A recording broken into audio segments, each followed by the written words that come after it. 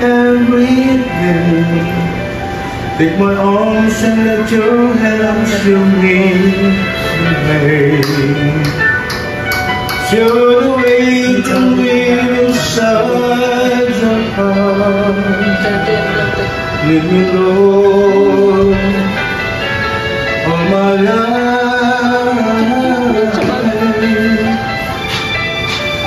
You are my life. You're the love for my feet. All the time, my Lord, I need you there. You are my life. Cannot live alone. Let me stay by your love. In love, all through life. Leave me alone.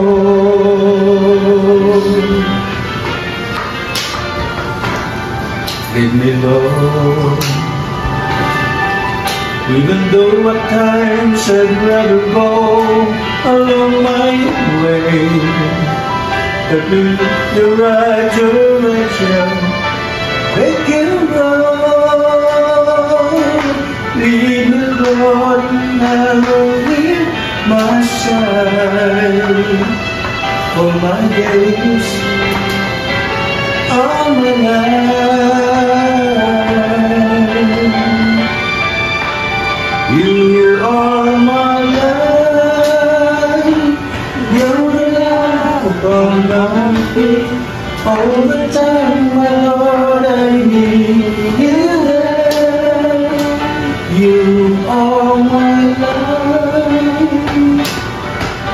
I cannot live alone. Let me stay by your diving love all through my life. Panginoon, salamat sa pagmamahal. Tuloy po, sabi mo sa iyong salita, kami ay iyong ingatan.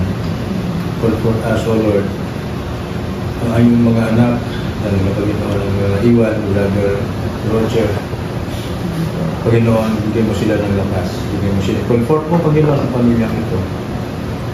At nawa ay sa iyong pagtitiwala, kanilang pagtitiwala sa iyong Panginoon, ay gagawin na lang. Kapag hindi nyo kami iniiwan, hindi nyo sila iniiwan, nagpapabayaan ng Panginoon.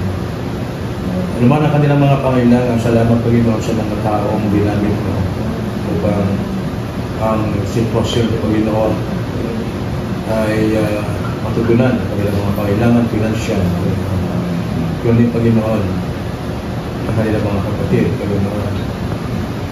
At lahat ng mga pupunta dito, Panginoon, mga galing pa sa ibang lugar, ngayon pa lang kayo natin na siya. Salamat sa pangalan ni Jesus. Amen.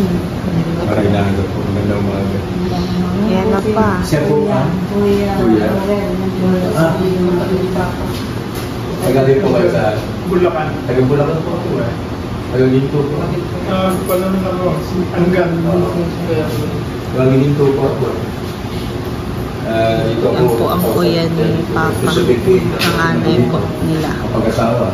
Karating na po. Pero po, tumira po ako ng Bulacan ng 25 years. Dati po akong patron na expressway. Yan pa, sabi mo, mag-praise and worship kami. Pag nawala ka, Kilala kami dito sa 2008. hindi pa rin kami mag-worship kay Lord. Kumusta ka din? Basta ka na din sa heaven. Saya ka na ba dyan pa? Wala ka ng pain. Saya ka na sa feeling ni Lord. Gabayan mo kami ni Lord. So, mabalik-balik na lang kami. Ano kasi... Bayan kami. Kaya pala, matagal na nakarating. 11 po kayo nakalis. Nadali po ang ng pag-alis niyo. Kaya ang oras na 8:40. Po kapatid po ni Papa. Pangalan. Yung babae po, pang bunso po yun si Mama Boy.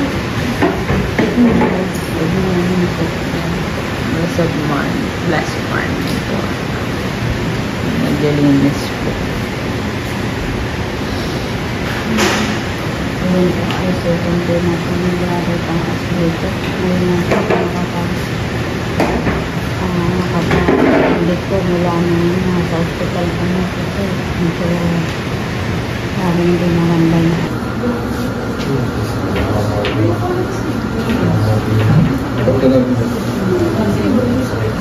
Ayan po guys, nandito na po sa kuya. Nag-aalaw na po.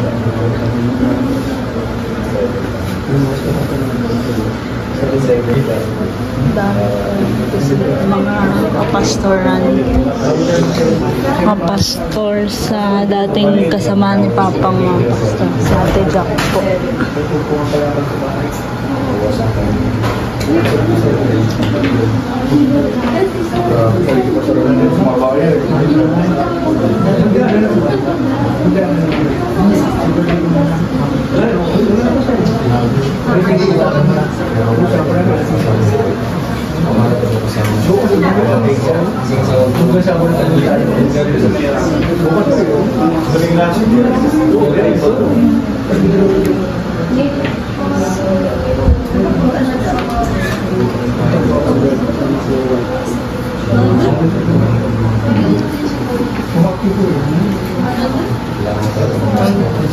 May galing pala na Balacan.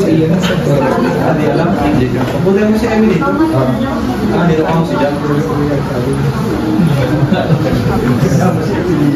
GIL Talisay Chap. Lumagipin ng dalawa.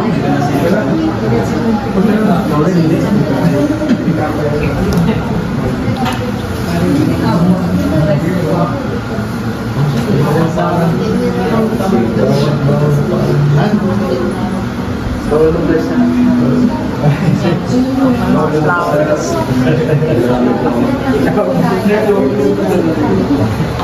Si Kuya Ram. Namiss.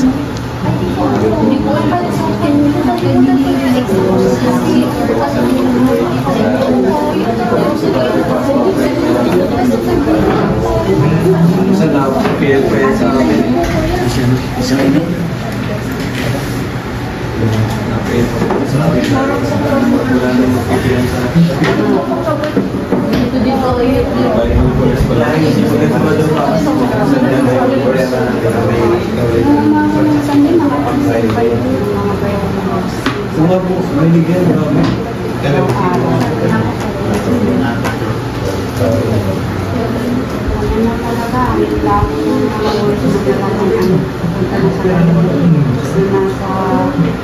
Bago pa kami napunta ng Kakao sa bahay ko lang.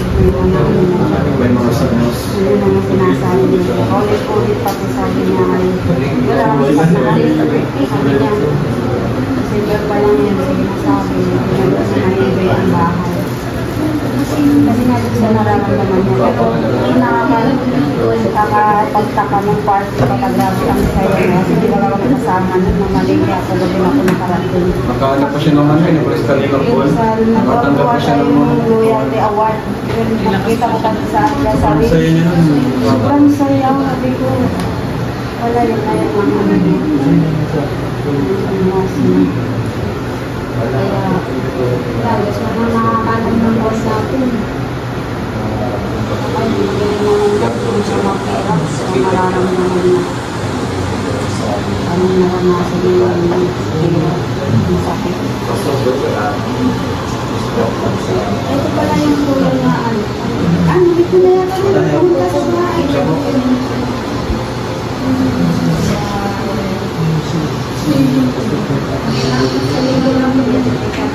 Ngayon ako nakabit na sabi nga na wala sa utak ko ng pwede lumapad. Wala na rin. Ganda ng pagka-ayos sa kanya. Parang talaga. Parang tutulog lang. Pero kung nakita niyo yung katawan ng lahat, pagyan pa naman siguro. Ang tabangan niya dito. Parang gusto naman sa ako na nakita ko na madami na ayos. Madami na ito.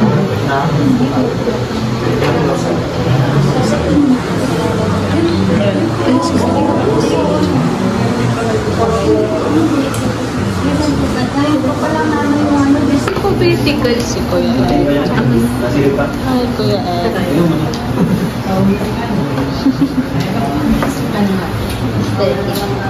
Paano ba na? Yan, si Kuya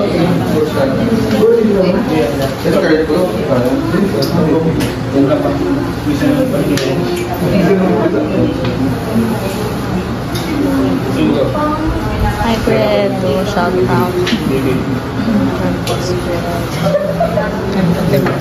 May Kuya Ramatito.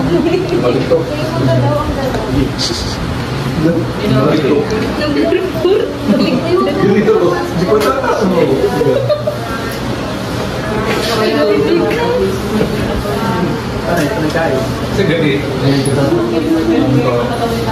Ayaw yung laban niya.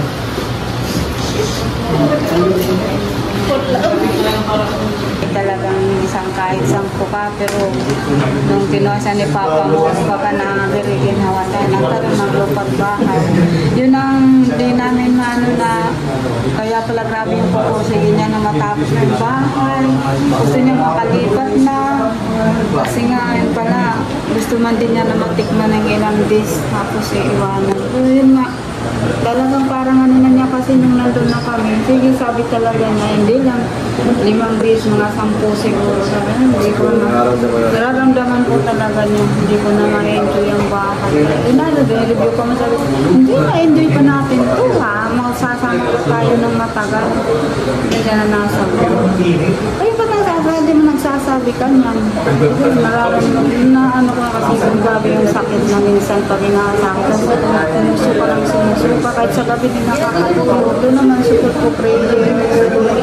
Pag nag-pray kami nakakatulog. Kaya yun. Salamat kami na brother. Salamat po.